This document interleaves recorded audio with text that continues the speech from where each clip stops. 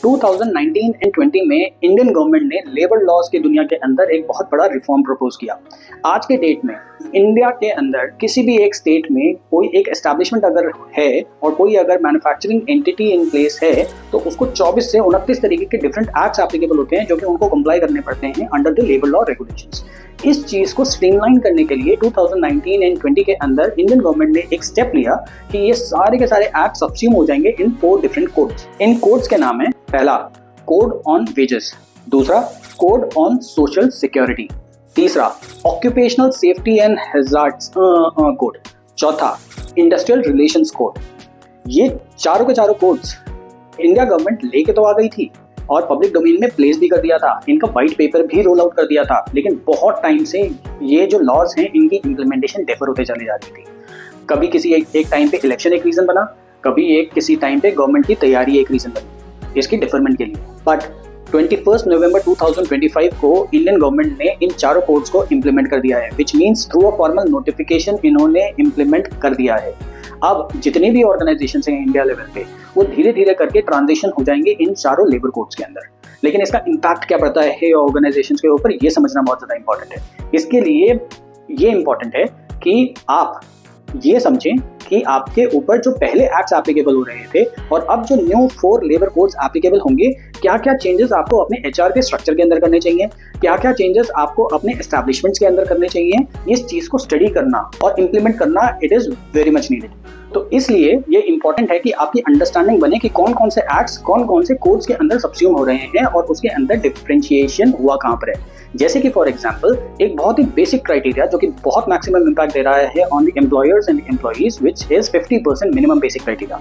At present जो labour laws हैं India के अंदर उसके अंदर कोई भी मिनिमम बेसिक क्राइटेरिया नहीं था कि basic of the salary component इतना परसेंटेज ऑफ द सीटीसी होना चाहिए। But post this particular code 50% would be the minimum one, कि 50% आपको बेसिक रखना ही पड़ेगा। इस रीजन की वजह से एम्प्लॉइज का इनहैंड सैलरी भी रिड्यूस होगा, तो उनके रिटायरमेंट ऑब्लिगेशंस के ऊपर भी इम्पैक्ट पड़ेगा। एंड ये बहुत बड़ी एक नीड होगी ऑर्गेनाइजेशंस की कि हर जगह पे हर एक प्लेटफॉर्म पे उनका बेसिक का कंपोनेंट जो है वो एक समान रहे। सेकेंड, प्लेटफॉर्म वर्कर्स और गिग वर्कर्स। प्लेटफॉर्म वर्कर्स और गिग वर्कर्स जो कि आज के डेट में लेबर लॉज के अंदर कहीं पर भी एप्लीकेबल नहीं थे। फॉर एग्जांपल अमेज़न के जितने भी डिलीवरी पार्टनर्स हैं या फिर जो लोग जो कि डिलीवरी करते हैं स्विगी की, फॉर एग्जांपल जोमेटो की, ये जितने भी लोग हैं जो कि कॉन्ट्रैक्चुअल बेसिस पे आते हैं, इन लोगों के लिए स्पेशल प्रोविजंस हैं। तो इनको प्रोटेक्ट करने के लिए या फिर इनको दिमाग में रखते हुए इसके अंदर स्पेशल प्रोविजंस इनेबल किए गए हैं। Next, minimum wages. Minimum wages के लिए भी हर एक स्टेट की अपनी एक लिमिट थी, होना तो वैसा ही है पोस्ट दिस पर्टिकुलर कोड भी, बट सेंट्रल गवर्नमेंट ने बोला एक मिनिमम वेज फ्लोर सीलिंग हम लेके आएंगे और स्टेट्स के पास ये अथॉरिटी होगी कि उस मिनिमम वेज फ्लोर सीलिंग को या तो मेंटेन करें या फिर इससे ऊपर जाएं। इसके नीचे जाने का अथॉरिटी स्टेट्स के पास नहीं होगी। Next, gratuity for fixed term workers.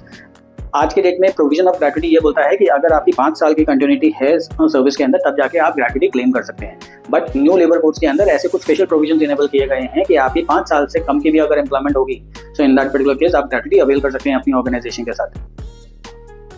Next, inspections को और असेसमेंट्स को स्ट्रीमलाइन करने की बहुत ज़्यादा कोशिश की है इन न्यू लेबर कोड्स, जहां पर कि ये बोला जा रहा है कि डिजिटल असेसमेंट्स अब स्टार्ट होंगे लेबर लॉज के अंदर भी। एक यूनिफाइड इंस्पेक्टर कम फैसिलिटेटर होगा जो कि आपके असेसमेंट्स को फैसिलिटेट करेगा। आपकी मैक्सिमम चीज़ें कोशिश की जाएंगी ऑनलाइन करने की, डिजिटलाइज करने की, और ऐसे ही बहुत सारे छोटे छोटे चेंजेस जो हैं वो किसी भी एक ऑर्गेनाइजेशन के लिए बहुत ज़्यादा इंपॉर्टेंट हो सकते हैं as compare to the old labour codes in the new labour codes. अब आपके लिए ज़्यादा इंपॉर्टेंट है कि जितने भी चेंजेस हो रखे हैं आपकी ऑर्गेनाइजेशन के ऊपर क्या इम्पैक्ट पड़ रहा है उसको आप समझें और जहाँ पर भी चेंजेस लेके आने की जरूरत है उसको आप इंप्लीमेंट करें। हमने तो अपने सारे के सारे क्लाइंट्स का एनालिसिस और इम्प्लीमेंटेशन दोनों के दोनों स्टार्ट कर दिया है। आप मुझे बताइए क्या आपने अपनी ऑर्गेनाइजेशन के अंदर इस चीज़ का इम्प्लीमेंटेशन स्टार्ट किया, और अगर हाँ तो मुझे कमेंट्स में ज़रूर बताइएगा कि कहीं पर अगर आपको चैलेंज अगर आ रहा है तो। Do contact us to book your free consultation today.